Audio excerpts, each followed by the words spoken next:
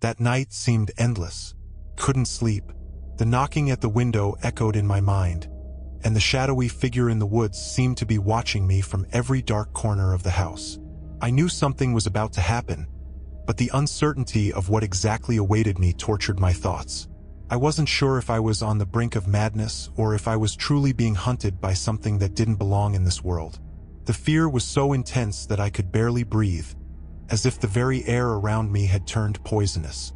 By dawn, the house was eerily silent. The wind had died down, and the sun, still shy, began to peek through the curtains. Yet the feeling of terror lingered. I decided to step outside to get some air, hoping it would clear the paranoia from my mind. But as I opened the door, something strange caught my eye. There, right in the middle of the stone path leading to the house, was a crumpled piece of paper. Hesitant, I bent down and picked it up. The paper was old, yellowed, as if it had been left there long ago. When I smoothed it out, the message written on it left me speechless. A single word, bold and clear: return. The same word, the same warning.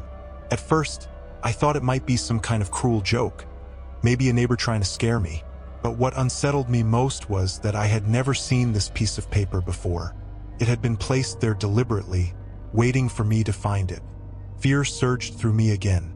It was as if that message was the final confirmation that everything I was experiencing wasn't by chance. I was being led, pushed, toward something I couldn't yet understand.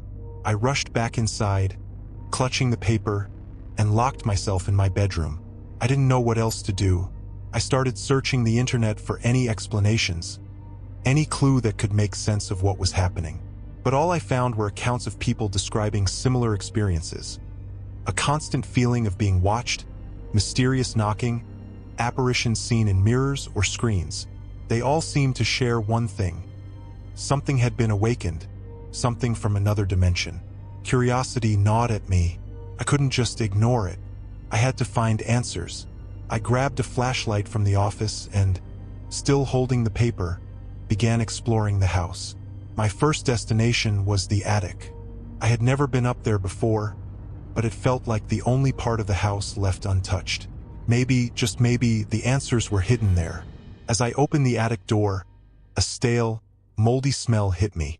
The air was thick and heavy, and the only sound was the frantic beating of my heart. Shelves lined the walls, filled with dusty boxes and furniture draped in white sheets. I began pulling back the covers, searching through forgotten items, when something caught my attention. In the farthest, darkest corner, there was an old wooden box.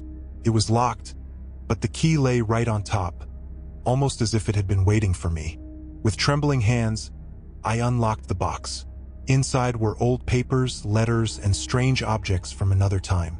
But what truly captured my attention was a leather-bound book, surprisingly well-preserved despite its age. The title, faded but still legible in gold letters, sent chills down my spine. The Guardian of Shadows. It was the kind of title you expect to find in horror fiction, something you'd never believe could exist in real life. But there it was, right in my hands, as if destiny itself had placed it there. Cautiously, I opened the book. The first chapter spoke of ancient rituals, shadowy beings trapped between dimensions, and the fragile barrier that separated their world from ours. As I flipped through the pages, the story grew darker. It spoke of a guardian, a shapeless entity that took on shadowy forms and fed on the energy of those who stumbled into its realm. According to the book, once you made contact, there was no turning back. The guardian would begin to hunt you until you were finally dragged into its domain. A deep chill ran down my spine. Suddenly, everything made sense. The messages, the strange events, the constant feeling of being watched. The word return wasn't telling me to flee. It was commanding me to return to something I had unknowingly disturbed.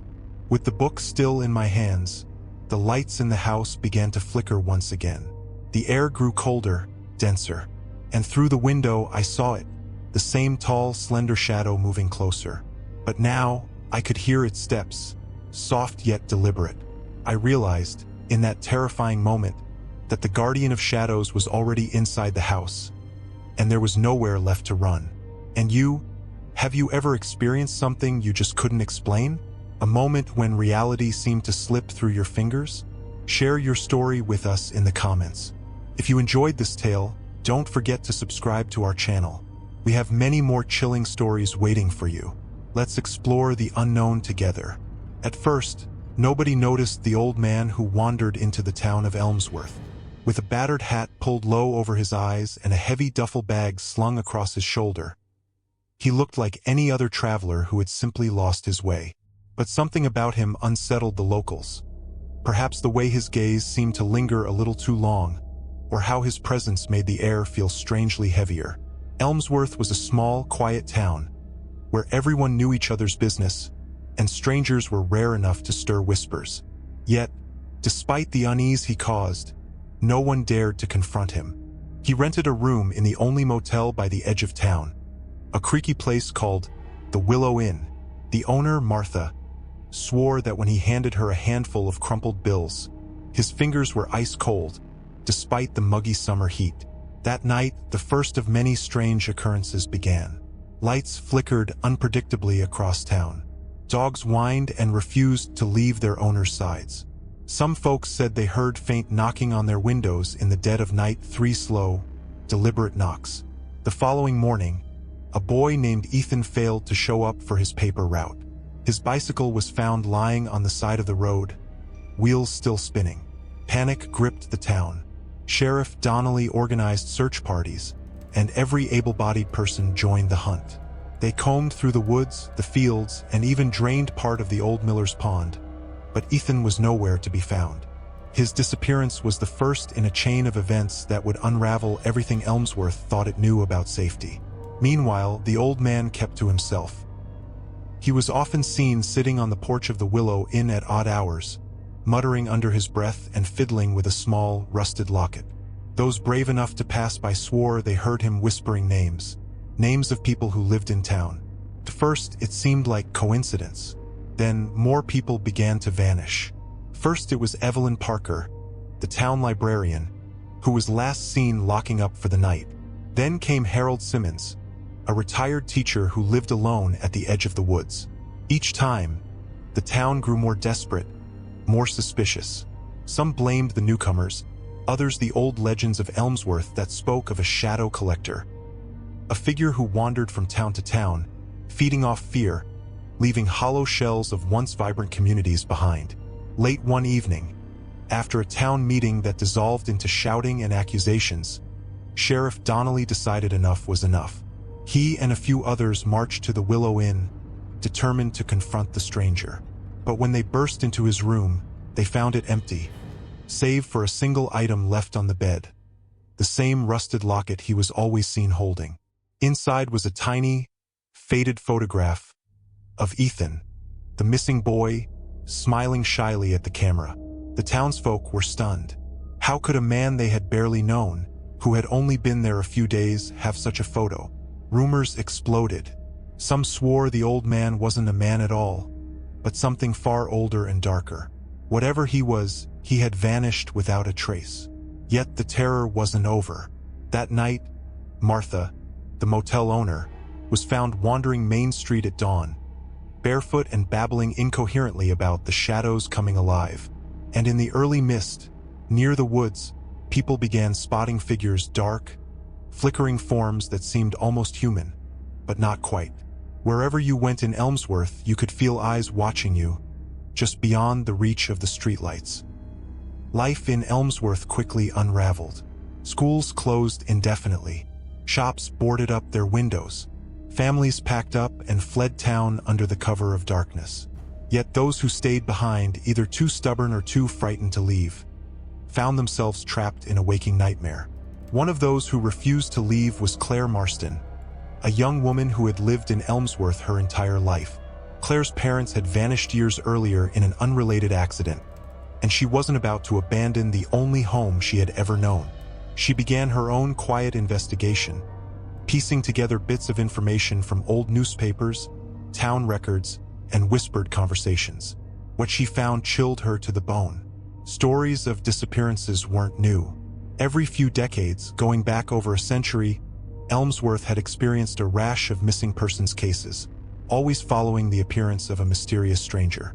The descriptions varied slightly, but certain details remained the same. The locket, the muttering, the sudden atmosphere of dread. It was as if the town was trapped in a cycle, reliving the same horror over and over. Claire's obsession grew. She spent long hours at the abandoned library, poring over old microfilms and crumbling books.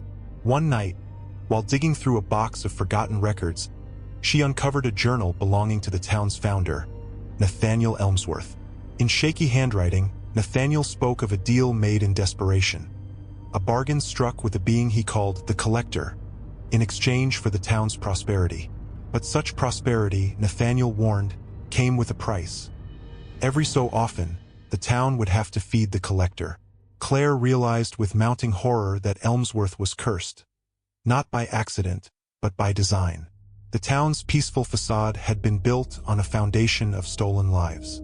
And now the debt was coming due once again. Determined to break the cycle, Claire set out to find the old man, or whatever he truly was. She packed a bag with supplies, grabbed a flashlight, and headed for the woods at the edge of town where the figures had last been seen. The forest was dense, cloaked in mist, and every creaking branch or distant rustle set her heart pounding. But Claire pressed on, driven by a fierce resolve to end the nightmare. Halfway through the forest, she found an old, crumbling chapel that didn't appear on any maps. Its windows were shattered, and vines had crept up its stone walls. Yet, despite its ruined appearance, a faint light flickered from within. Claire approached cautiously, the ground soft and treacherous underfoot. Inside, she found a circle of candles arranged around a crude stone altar, and at the center stood the old man, looking more spectral than human, his eyes gleaming in the candlelight. In his hand, he held another locket, this one with Claire's photograph inside. Before she could scream or flee, he spoke in a voice that echoed unnaturally in the small space.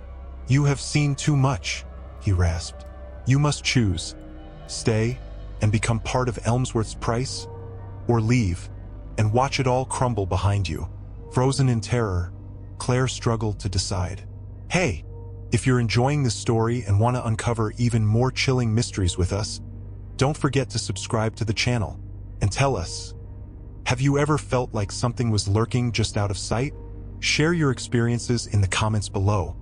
We'd love to hear your stories. Claire made her decision. Clutching her flashlight like a weapon, she turned and ran. She didn't stop until she burst out of the woods and stumbled onto Main Street, gasping for air. She knew then that she could never stay in Elmsworth, not if she wanted to survive. By morning, she was gone. Her small house stood empty, the front door swinging lazily in the breeze. Others soon followed her lead. In a matter of weeks, Elmsworth was a ghost town, abandoned to the shadows and the silent, waiting woods. No one dared to return.